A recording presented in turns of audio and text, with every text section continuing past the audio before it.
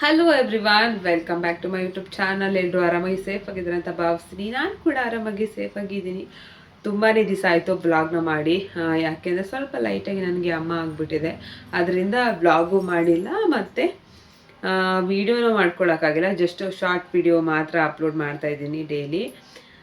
ಇವತ್ತು ಪಾಪುಗೆ ರಾಗಿ ಸರಿನ ಮಾಡ್ತಾ ಇದ್ದೀನಿ. ಮತ್ತು ಇನ್ನೊಬ್ಬರು ಕೇಳಿದರು, ಪವಿತ್ರ ಗೌಡ ಅನ್ನೋರು, ಸಾರಿ ಪಲ್ಲವಿ ಗೌಡ ಅನ್ನೋರು, ಏನು ರಾಗಿ ನಾರ್ಮಲ್ ಮಖಾನ ಅದು ಸರಿಯಲ್ಲ, ಯಾವ ರೀತಿ ತಿನ್ನಿಸ್ಬೇಕು ಅಂತ ಅಂದ್ಬಿಟ್ಟು, ಇಲ್ಲಾಂದರೆ ಬಿಸಿನೀರಲ್ಲಿ ಹಾಕಿ ಕಲಿಸ್ಬೇಕಾ, ಇಲ್ಲ ಯಾವ ಥರ ತಿನ್ನಿಸ್ಬೇಕು ಅಂತ ಅಂದ್ಬಿಟ್ಟು. ನಾವು ಔಟ್ಸೈಡಿಂದ ಸರಿ ತೊಗೊಂಬರ್ತೀವಲ್ವ, ಅದೇ ಸರ್ಲೆಕ್ ತೊಗೊಂಬರ್ತೀವಲ್ವ, ಅದನ್ನ ಮಾತ್ರ ಬಿಸಿನೀರಲ್ಲಿ ಹಾಕಿ ತಿನ್ನಿಸ್ಬೇಕಷ್ಟೇ.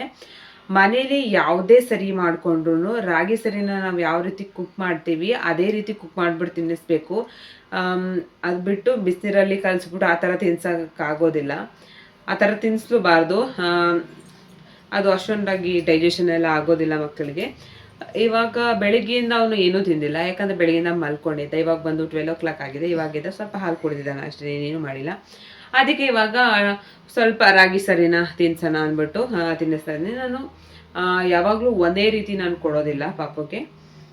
ಒನ್ ಟೈಮ್ ರಾಗಿ ಸರಿ, ಡೈಲಿ 1 ಟೈಮ್ ರಾಗಿ ಸರಿ ಕೊಡ್ತೀನಿ. ಮತ್ತು ಇನ್ನೊಂದು ಟೈಮು ಬೇರೆ ಇನ್ನೇನಾದರೂ, ಇಲ್ಲಾಂದರೆ ಸ್ವಲ್ಪ ಬಿಸಿ ಅನ್ನ ಇತ್ತು ಅಂದರೆ ಒಂಚೂರು ಉಪ್ಪು ಮತ್ತು ಸ್ವಲ್ಪ ತುಪ್ಪ, ಮತ್ತು ಬೇಳೆ ರಸ ಏನಾದರೂ ಮಾಡಿದರೆ ಒಂದು ಸ್ವಲ್ಪ ಬೇಳೆ ರಸ, ಅಂದರೆ ಉಪ್ಪು ಖಾರ ಏನು ಹಾಕಿರಬಾರ್ದು, ಜಸ್ಟ್ ಉಪ್ಸಾರು ಥರ ಬರ್ತಲ್ವ, ಅದಿದ್ದರೆ ಅದನ್ನು ಹಾಕ್ಬಿಟ್ಟು ಕೊಡ್ತೀನಿ. ಅದು ತುಂಬ ಅಂದರೆ ತುಂಬಾ ಚೆನ್ನಾಗಿರುತ್ತೆ. ಒಂದ್ಸಲ ಅದನ್ನು ಟ್ರೈ ಮಾಡಿ, ಅದಷ್ಟನ್ನು ಹಾಕ್ಬಿಟ್ಟು ಚೆನ್ನಾಗಿ ಸ್ಮ್ಯಾಶ್ ಮಾಡಿಬಿಟ್ಟು ಕೊಡ್ಬೋದು. ನಮಗೇನೆ ಅಷ್ಟೊಂದು ನೀರು ಬರೋ ಥರ ಆಗುತ್ತೆ ಬಾಯಲ್ಲಿ. ಮಕ್ಕಳು ಇಷ್ಟಪಟ್ಟು ತಿಂತಾರೆ. ಮತ್ತು ಒಂದೊಂದ್ಸಲ ನಾನು ಮಕ್ಕನ್ನದು ಫ್ರೈ ಮಾಡಿದ್ನಲ್ಲ, ಅದನ್ನು ಕೂಡ ತಿಂತಾನೆ. ಮತ್ತು ಓಟ್ಸ್ ಏನಿದೆ, ಓಟ್ಸ್ ಫ್ರೈ ಏನಿದೆ, ಅದು ಕೂಡ ತುಂಬಾ ಇಷ್ಟಪಟ್ಟು ತಿಂತಾನೆ. ಆ ಓಟ್ಸ್ ಏನಿದೆ ಅದು ಫ್ರೈ ಜಸ್ಟ್ ರೋಸ್ಟ್ ಮಾಡಿ ಅದನ್ನು ಚೆನ್ನಾಗಿ ಪೌಡರ್ ಮಾಡಿ ಅದನ್ನು ಕೂಡ ಸೇಮು ಒಲೆ ಮೇಲೆ ಇಕ್ಕಿ ಕುಕ್ ಮಾಡಿ ಕೊಡಬೇಕು. ಅದು ಕೂಡ ತುಂಬಾ ಚೆನ್ನಾಗಿರುತ್ತೆ. ಸ್ವಲ್ಪ ಬೆಲ್ಲ ಹಾಕಬೇಕು. ಅದಕ್ಕೆ ಸಾಲ್ಟ್ ಹಾಕಿದ್ರೆ ಅಷ್ಟು ಚೆನ್ನಾಗಿರೋದಿಲ್ಲ, ಬೆಲ್ಲ ಹಾಕಿದ್ರೆ ಒಳ್ಳೆ ಬೆಲ್ಲದನ್ನ ಥರ ಇರುತ್ತೆ. ತುಂಬ ಚೆನ್ನಾಗಿ ಇಷ್ಟಪಟ್ಟು ತಿಂತಾರೆ. ನಮ್ಮ ಕೌಶಿಗೆ ಆ ಒಂದು ರೆಸಿಪಿ ತುಂಬಾ ಇಷ್ಟ ಆಗುತ್ತೆ. ಮತ್ತು ತುಂಬ ನಾನು ಟ್ರೈ ಮಾಡ್ತಾ ಇರ್ತೀನಿ, ಬೇರೆ ಯಾವ ಥರ ಒಂದೊಂದ್ಸಲಿ ಒಂದೊಂದು ಥರ ಕೊಡ್ತಾ ಇರ್ತೀನಿ. ಯಾವಾಗಲೂ ಒಂದೇ ರೀತಿ ನಾನು ಕೊಡೋಕ್ಕೆ ಹೋಗೋದಿಲ್ಲ. ಇವಾಗ ಸ್ವಲ್ಪ ರಾಗಿ ಸರಿ ಮಾಡಿ ಕೊಡೋಣ ಅಂತ ಅಂದ್ಬಿಟ್ಟು, ಯಾಕಂದರೆ ಇನ್ನೇನು ಅವ್ನು ಮತ್ತೆ ಮಲ್ಕೊಳ್ಳೋ ಥರ ಮೂಡಿದೆ ಅವನಿಗೆ. ರಾತ್ರಿ ಮಲ್ಕೊಂಡಿಲ್ಲ ಅವನು, ಅದರಿಂದ ಇವಾಗ ಒಂದು ಸ್ವಲ್ಪ ರಾಗಿ ಸರಿ ತಿನ್ನಿಸ್ತೀನಿ. ಮತ್ತು ಇನ್ನೊಂದು 2 ರೆಸಿಪಿನೇ ಇವತ್ತಿನ ವೀಡಿಯೋದಲ್ಲಿ ನಾನು ತೋರಿಸ್ತೀನಿ, ಯಾವ ಥರ ಮಾಡ್ತೀನಿ ಅನ್ನೋದನ್ನು. ತುಂಬಾ ಇಷ್ಟ ಆಗುತ್ತೆ ಮಕ್ಕಳಿಗೆ. ಅದು ಓಟ್ಸ್ದು ತುಂಬಾ ಇಷ್ಟ ಆಗುತ್ತೆ. ನನಗೆ ಒಂಥರ ಫ್ಲೇವರ್ ಚೆನ್ನಾಗಂತ ಅನ್ನಿಸುತ್ತೆ. ಇನ್ನು ಮಕ್ಳಿಗೆ ಇಷ್ಟ ಅಂತ ಆಗಿರುತ್ತೆ. ಮತ್ತು ಇಷ್ಟು ದಿವಸ ನಾನು ವ್ಲಾಗ್ನ ಅಪ್ಲೋಡ್ ಮಾಡಿರಲಿಲ್ಲ, ಬೇಜಾರು ಮಾಡ್ಕೊಬೇಡಿ. ಅದೇ ಮಿನಿ ವ್ಲಾಗ್ನ ಅಪ್ಲೋಡ್ ಮಾಡ್ತಾ ಇದ್ದೀನಿ.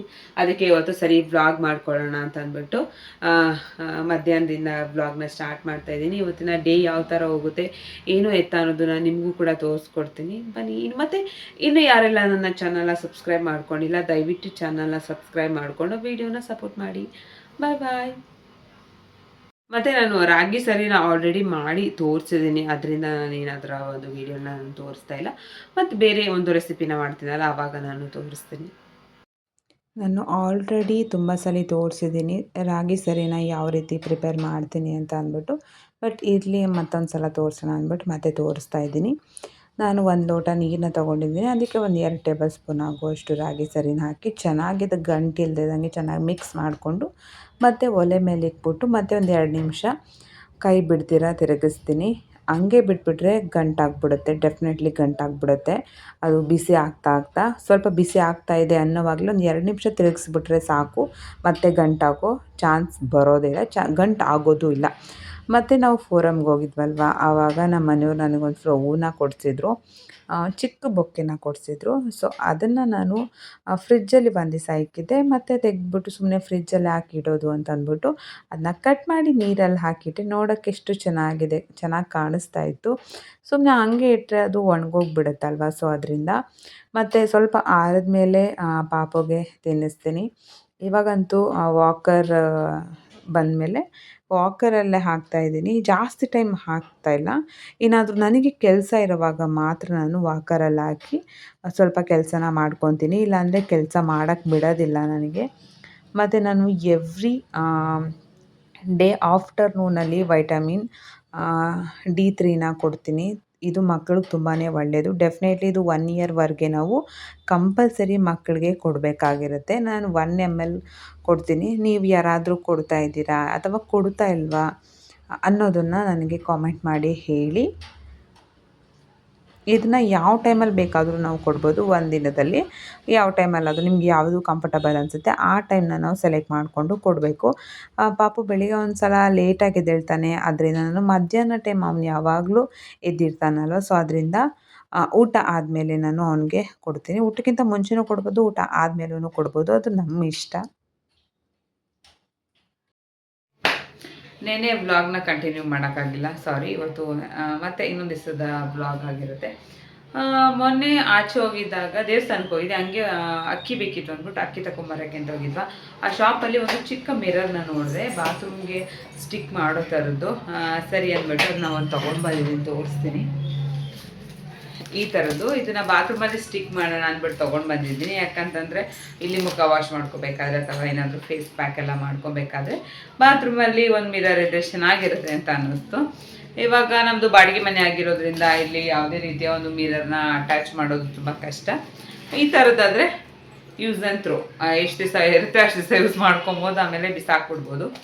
ಇದನ್ನು ಎಲ್ಲ ಅಟ್ಯಾಚ್ ಮಾಡ್ತೀನಿ ನೋಡೋಣ ಬನ್ನಿ. ಎಲ್ಲಾಗುತ್ತೆ ಅಂತ ಅಡ್ಜಸ್ಟ್ ಮಾಡಿ ಅಟ್ಯಾಚ್ ಮಾಡಬೇಕು. ನೋಡೋಣ ಹೇಗೆ ಅಟ್ಯಾಚ್ ಮಾಡ್ತೀನಿ ಅಂತ. ನಾನು ಆಲ್ರೆಡಿ ಹೇಳಿದ್ದೀನಿ ಇದು 2 ದಿವಸದ ವ್ಲಾಗ್ ಆಗಿರುತ್ತೆ ಅಂದ್ಬಿಟ್ಟು. ಮತ್ತು ಆಚೆ ಹೋಗಿದ್ನಲ್ಲ ಆವಾಗ ಇದೊಂದು ಚಿಕ್ಕ ಮಿರರ್ನ ತಂದಿದ್ದೆ.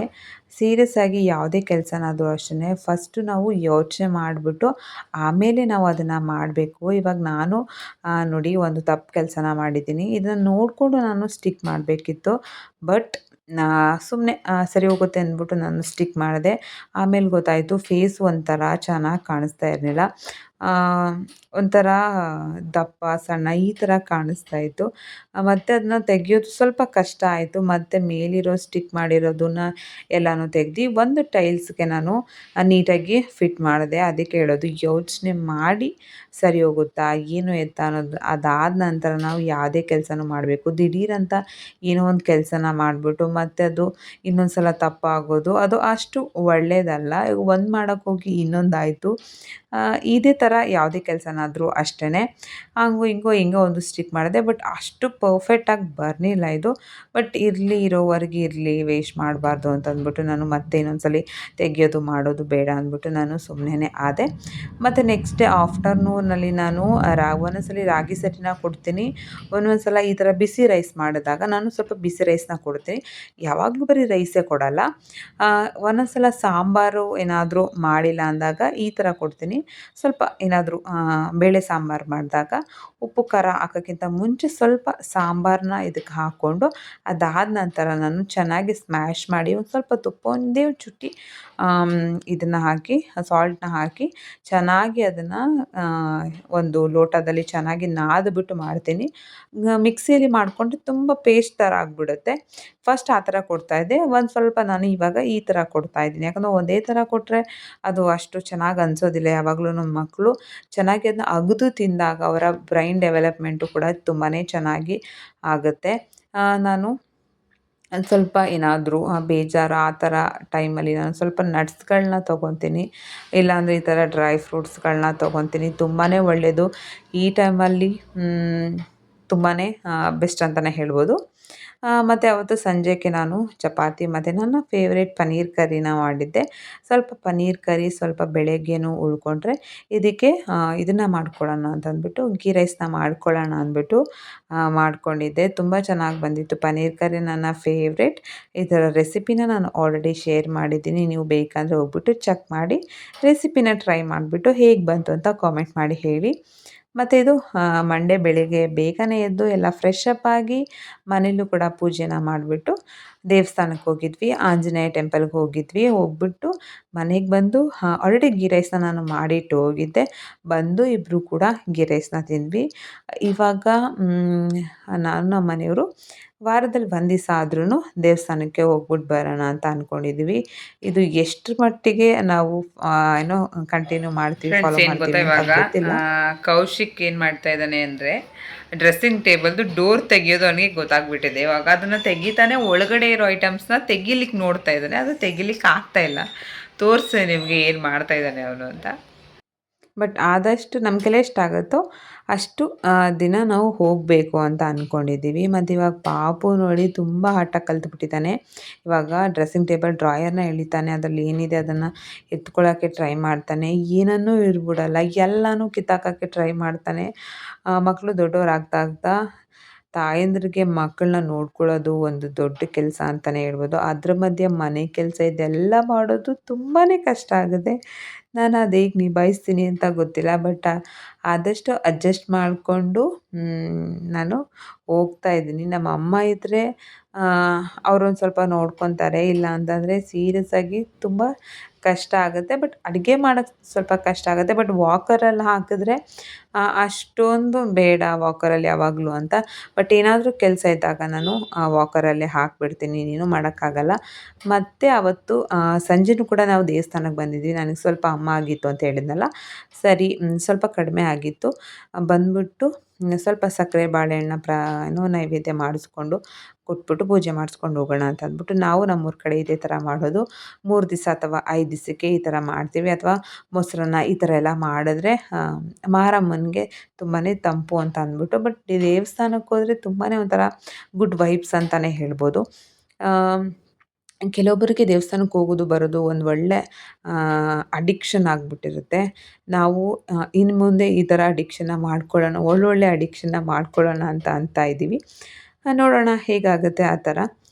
ಒಂದು ಒಳ್ಳೆ ಟೈಮ್ ಕೂಡ ಕಳ್ದಂಗೆ ಆಗುತ್ತೆ, ಒಂದು ಒಳ್ಳೆಯದು ಕೂಡ ಆಗುತ್ತೆ. ನಮ್ಮ ಲೈಫಲ್ಲಿ ಏನಾದರೂ ಚೇಂಜಸ್ ಆದ್ರೂ ಆಗ್ಬೋದು, ನೋಡೋಣ. ಇವಾಗಂತೂ ದೀಪಾವಳಿಯಲ್ಲಿ ಇನ್ನು ಆಷಾಢ ಅನ್ನೋದೇ ಬರುತ್ತೆ. ದೀಪಾವಳಿ ಸೋಮವಾರ ಶುಕ್ರವಾರ ಎಲ್ಲ ದೇವಸ್ಥಾನಕ್ಕೆ ಹೋಗೋದು ಕಾಮನ್ ಅಂತಲೇ ಹೇಳ್ಬೋದು. ಮತ್ತು ಮನೆಗೆ ಬಂದು ದೀಪನ ಅಂಟಿಸಿ ಸ್ವಲ್ಪ ಹಾಗೆ ಟೀ ಕುಡ್ಕೊಂಡು ಹಂಗೆ ಸ್ವಲ್ಪ ಇದ್ವಿ. ಇವತ್ತು ಸ್ವಲ್ಪ ತಲೆನೋಯ್ತಾಯಿತ್ತು ಅಂತ ಬಿಟ್ಬಿಟ್ಟು ಹೋಗಿದ್ವಪ್ಪ ನಿನ್ನ, ದೇವಸ್ಥಾನಕ್ಕೆ ಹೋಗಿದ್ವಾ ಬಿಟ್ಟು? ಅಳ್ತಿದ್ದ?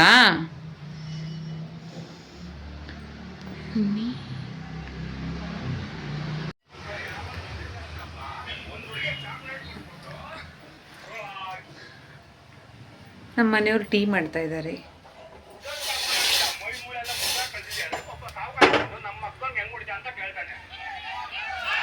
ಇವಾಗ ಪಾಪುನ ಬಿಟ್ಬಿಟ್ಟು ದೇವಸ್ಥಾನಕ್ಕೆ ಹೋಗಿದ್ವಿ. ಬರೋ ಅಷ್ಟರಲ್ಲಿ ಒಂದು ಸ್ವಲ್ಪ ಹೊತ್ತು ಅಳ್ತಾ ಇದ್ದ. ಈಗ ಒಂದು ಅರ್ಧ ಗಂಟೆ ನಮ್ಮ ಮನೆ ಹತ್ರನೇ ದೇವಸ್ಥಾನ ಇತ್ತು, ಅಲ್ಲಿಗೆ ಏನಕ್ಕೆ ಹೋಗಿದ್ವಿ ಅಂತಂದರೆ ನನಗೆ ಅಮ್ಮ ಆಗಿತ್ತಾರೆ, ಇವತ್ತಿಗೆ 5 ಡೇಸ್ ಆಗಿತ್ತು. ಸರಿ ಇವತ್ತು ದೇವಸ್ಥಾನಕ್ಕೆ ಹೋಗ್ಬಿಟ್ಟು ಒಂದು ಸ್ವಲ್ಪ ಬಾಳೆಹಣ್ಣು ಸಕ್ಕರೆ ಪೂಜೆನ ಮಾಡಿಸ್ಕೊಂಡ್ಬಿಟ್ಟು ಬರೋಣ ಅಂತಂದ್ಬಿಟ್ಟು ಹೋಗಿದ್ವಿ. ಸಕ್ಕರೆ ಬಾಳೆಹಣ್ಣು ಮಾಡಿಸ್ಕೊಬರೋಣ ಅಂತಂದ್ಬಿಟ್ಟು ಪಾಪುನ ಸಂಜೆ ಹೊತ್ತು ಕರ್ಕೊಂಡು ಹೋಗೋದು, ಸ್ವಲ್ಪ ಚಳಿ ಇತ್ತಲ್ಲ ಅದಕ್ಕೆ ಬೇಡ ಅಂತ ಅಂದ್ಬಿಟ್ವಿ. ನಮ್ಮ ಕೆಳಗಡೆ ಓನರ್ ಮನೇಲಿ ಬಿಟ್ಬಿಟ್ಟು ಹೋಗಿದ್ವಿ, ಇರ್ತಾನೆ ಅಂತ ಅಂದ್ಬಿಟ್ಟು. ಒಂದು 1/2 ಅವರ್ ಆಗಿತ್ತು. ಒಂದು ಸ್ವಲ್ಪ ಅಳ್ತಾ ಇದ್ದಂತೆ, ಬಂದ ತಕ್ಷಣನೇ ಕರ್ಕೊಂಡೆ, ಅಳೋದು ನಿಲ್ಲಿಸಿದ್ದಾನೆ. ಕೌಶಿ ಅಳ್ತಾ ಇದ್ದಪ್ಪ. ಎಲ್ಲೋಗಿದ್ರು ನೀನು ಬಿಟ್ಬಿಟ್ಟು? ನಾನು ಎಲ್ಲೋಗಿದ್ದೆ? ಎಲ್ಲೋಗ್ಬಿಟ್ಟಿದ್ದಮ್ಮ. ಇವಾಗಂತೂ ಚಳಿ ಸ್ಟಾರ್ಟ್ ಆಗಿದೆ, ಸೊ ಅದರಿಂದ ಫುಲ್ಲು ಸ್ವೆಟರ್ ಅದು ಇದು ಕಾಲಿಗೆ ಸಾಕ್ಸ್ ಎಲ್ಲ ಹಾಕಿ ಬೆಚ್ಚಗೆ ಇಟ್ಕೊಬೇಕು. ನಾನು ಕೂಡ ಕಾಟನ್ ಹಾಕ್ಕೊಂಡಿದ್ದೆ, ಮತ್ತೆ ಇವತ್ತು ಮರ್ತೋಗ್ಬಿಟ್ಟೆ ಅಂದ್ಬಿಟ್ಟು ಹಾಕ್ಕೊಂಡಿಲ್ಲ. ಇವತ್ತು ಸೋಮವಾರ ಸಂಜೆ ವ್ಲಾಗ್ನ ಸ್ಟಾರ್ಟ್ ಮಾಡ್ತಾಯಿದ್ದೀನಿ. ಆ್ಯಕ್ಚುಲಿ ಬೆಳಗ್ಗೆನೇ ವ್ಲಾಗ್ನ ಸ್ಟಾರ್ಟ್ ಮಾಡಿದ್ದೆ, ಇದು ಕಂಟಿನ್ಯೂ ಮಾಡ್ತಾಯಿದ್ದೀನಿ ಅಷ್ಟೇ. ಬಂದು ದೀಪ ಎಲ್ಲ ಅಂಟಿಸಿ ಆಚೆ ಕಡೆ ಲೈಟ್ನ ಆನ್ ಮಾಡಿದ್ದೀನಿ. ಕಾರ್ತಿಕ್ ಸೋಮವಾರ ಅಂದರೆ ಕಾರ್ತಿಕ ಏನಿದೆ ಅದು ಮುಗಿಯೋ ಅಷ್ಟು ತನಕನೂ ಸೋಮವಾರ ಶುಕ್ರವಾರ ಅಲ್ಲ ಆಚೆ ಕಡೆ ಲೈಟ್ನ ಆನ್ ಮಾಡೋದು. ಆಲ್ಮೋಸ್ಟ್ ಎಲ್ಲರ ಮನೇಲೂ ಇದೇ ಥರ ಮಾಡ್ತಾಯಿದ್ದಾರೆ. ಏನಮ್ಮ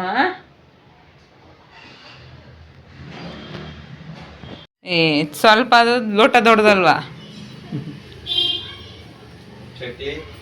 ಚಕ್ಲಿ ಇಲ್ಲ, ಖಾಲಿ ಐತಲ್ಲ. ದೇವ್ರ ಮನೆ ಪೂಜೆನೂ ಕೂಡ ಆಯಿತು, ಬೆಳಿಗ್ಗೆ ಮಾಡಿದ್ವಿ ಆ್ಯಕ್ಚುಲಿ. ಇವಾಗ ಬಂದು ದೀಪ ಅಂಟಿಸಿದೆ ಅಷ್ಟೇ. ಇಲ್ಲಿ ನಮ್ಮದು ಹೇಳಿ friends. ಮ್ಯಾರೇಜ್ ಸ್ಟೋರಿ ಹೇಳಿ ಅಂತ ಕೇಳಿದ್ದಾರೆ. ಯಾರು? ಯಾರಂದರೆ ನಮ್ಮ ಸಬ್ಸ್ಕ್ರೈಬರ್ ಒಬ್ಬರು ಮ್ಯಾರೇಜ್ ಸ್ಟೋರಿ ಹೇಳಿ ಅಂತ ಹೇಳಿದ್ದಾರೆ. ಹಾಂ, ಲವ್ ಮ್ಯಾರೇಜಾ ಅರೇಂಜ್ ಮ್ಯಾರೇಜಾ ನಮ್ಮದು? ಅರೇಂಜ್. ಅರೇಂಜ್. ಯಾವಾಗ ಹೇಳೋದು? ಅದೊಂದು ಬ್ಲಾಗ್ ಮಾಡಬೇಕು. ಮಾಡೋಣ. ಯಾವಾಗ? ಸಬ್ಸ್ಕ್ರೈಬ್ಸ್ ಹೆಚ್ಚಾಗಲಿ ಮಾಡೋಣ. ಏ ಅಲ್ಲಿವರೆಗೆ ವೆಯ್ಟ್ ಮಾಡಬೇಕಾ? ಸಸ್ಪೆಂಡ್ ಮಾಡೋಣ. ಏನು ಲವ್ ಮ್ಯಾರೇಜ್ ಅಂದರೆ ಏನೋ ಒಂದು ಸಸ್ಪೆನ್ಸ್ ಇದೆ ಅಂತ ಅನ್ಬೋದಪ್ಪ. ಆ ಮಗ ಬಂದ ಯಾವಾಗ ಮಾಡೋಣ? ಬರೋ ತಿಂಗ್ 32ನೇ ತಾರೀಕು. ಹಾ ಕರೆಕ್ಟಾಗಿ ಹೇಳಿ, ಯಾವತ್ತು ಮಾಡೋಣ? ಮಾಡೋಣ ಟೈಮ್ ಇದ್ದಾಗ. ಟೈಮ್ ಇದ್ದಾಗ ಟೈಮ್ ಇರಲ್ಲ, ನಾವು ಮಾಡ್ಕೊಂಡು ಮಾಡಬೇಕು. ಮಾಡೋಣ. ಇನ್ನೊಂದೆರಡು ಬ್ಲಾಗ್ ಆದಮೇಲೆ ಮಾಡೋಣ. ಹ್ಞೂ. ನೆಕ್ಸ್ಟ್ ಮಂತ್ ಮಾಡೋಣ. ಈ ಮಂತ್ ಮುಗೀಲಿ. ನಮ್ಮ ಒಂದು ಮ್ಯಾರೇಜ್ ಸ್ಟೋರಿ ಕೇಳಿದ್ರೆ ನಿಜ ಶಾಕ್ ತಾನೆ. ನಮ್ಮ ಮದುವೆ ಯಾವ ಥರ ಆಯಿತು, ನಾವು ಯಾವ ಥರ ಪರಿಚಯ ಆದ್ವಿ, ಮತ್ತು ನಾ ಸ್ಟೋರಿ ಒಂಥರ ಕೇಳೋಕ್ಕಂತ ತುಂಬ ಇಂಟ್ರೆಸ್ಟ್ ಇದೆ ಅಂತಲೇ ಹೇಳ್ಬೋದು. ಯಾಕೆ ಅಂತಂದರೆ ಇನ್ನೂ ನಮ್ಮದು ಅರೇಂಜ್ ಮ್ಯಾರೇಜು, ಆದರೆ ನಮ್ಮ ಮನೆಯವ್ರು ಯಾರು ಇವ್ರನ್ನ ನೋಡಿಲ್ಲ, ನಮ್ಮ ಫ್ಯಾಮಿಲಿಯವರು ಇವ್ರ ಫ್ಯಾಮಿಲಿನ ನೋಡಿಲ್ಲ. ಫ್ಯಾಮಿಲಿನ ನೋಡಿದ್ದಾರೆ ಬಟ್ ಊರು ನೋಡಿಲ್ಲ. ಇವ್ರ ಫ್ಯಾಮಿಲಿಯವರು ಇವ್ರ ಅಕ್ಕ ಮತ್ತು ಇವರಪ್ಪ ಮತ್ತು ಇನ್ನು ಇವರ ಆಂಟಿ ಒಂದಿಬ್ಬರು, ಇನ್ನೊಬ್ರು ಯಾರು ಒಂದು 5-6 ಜನ ನಮ್ಮೂರನ್ನ ನೋಡಿದ್ದಾರೆ ಅಷ್ಟೇ. ಅದು ಬಿಟ್ಟರೆ ನಮ್ಮದು ಅರೇಂಜ್ ಮ್ಯಾರೇಜು. ಬಟ್ ನಾವು ಇವ್ರನ್ನ ನೋಡಿಲ್ಲ, ಇವರು ನಮ್ಮೂರನ್ನ ನೋಡಿಲ್ಲ. ಆ ಥರ ಅರೇಂಜ್ ಮ್ಯಾರೇಜ್ ಮಾಡ್ಕೊಂಡಿರೋದು. ನಾನು ಹೇಳ್ತೀನಿ ಅವಾಗ ನಿಮಗೆ ಗೊತ್ತಾಗುತ್ತೆ ಯಾವ ರೀತಿ ಆಯಿತು ನಮ್ಮ ಒಂದು ಮದುವೆಯ ಸ್ಟೋರಿ ಅಂತ. ತುಂಬಾ ಒಂಥರ ಇದುವರೆಗೂ ಯಾರೂ ಆ ಥರ ಮಾಡಿಲ್ಲ ಅಂತ ಅನ್ಕೊತೀನಿ. ವಾಯ್ಸ್ ಅದು ಸೌಂಡ್ ಕೇಳುತ್ತೆ. ಇದುವರೆಗೂ ಯಾರೂ ಈ ರೀತಿ ಮದುವೆ ಆಗಿಲ್ಲ ಅಂತ ಅನಿಸುತ್ತೆ. ಆ ರೀತಿ ನಮ್ಮ ಮದುವೆ ಆಗಿರೋದು ನಾರ್ಮಲ್ ಆಗಿ, ಆದರೆ ಅದು ಮದುವೆ ಆಗೋ ಒಂದು ಸ್ಟೋರಿ ಒಂಥರ ವಿಚಿತ್ರವಾಗಿದೆ. ಆ ಟೈಮಲ್ಲಿ ನಾನು ಹೇಳ್ತೀನಿ, ಅವಾಗ ನಿಮಗೆ ಗೊತ್ತಾಗುತ್ತೆ. ತುಂಬ ಇಂಟ್ರೆಸ್ಟಿಂಗ್ ಆಗಿದೆ ಅಂತಲೇ ಹೇಳ್ಬೋದು. ಅರೇಂಜ್ ಮ್ಯಾರೇಜೇ, ಬಟ್ ಇವರು ನಮ್ಮೂರು ನೋಡಿಲ್ಲ, ನಾವು ಇವ್ರೂರು ನೋಡಿಲ್ಲ, ಡೈರೆಕ್ಟ್ ಮದುವೆನೇ ಆಗಿರೋದು. ಹೇಳುವಾಗ ನಾನು ಅದೊಂದು ಸ್ಟೋರಿನ ಹೇಳ್ತೀನಿ. ಇನ್ನು ಮದುವೆಗೆ 5 ವರ್ಷ ಆಯಿತು, ಇದುವರೆಗೂ ನೋಡಿಲ್ಲ. ಆಲ್ರೆಡಿ ಒಂದು ಪಾಪು ಆಗಿಬಿಟ್ಟಿದೆ.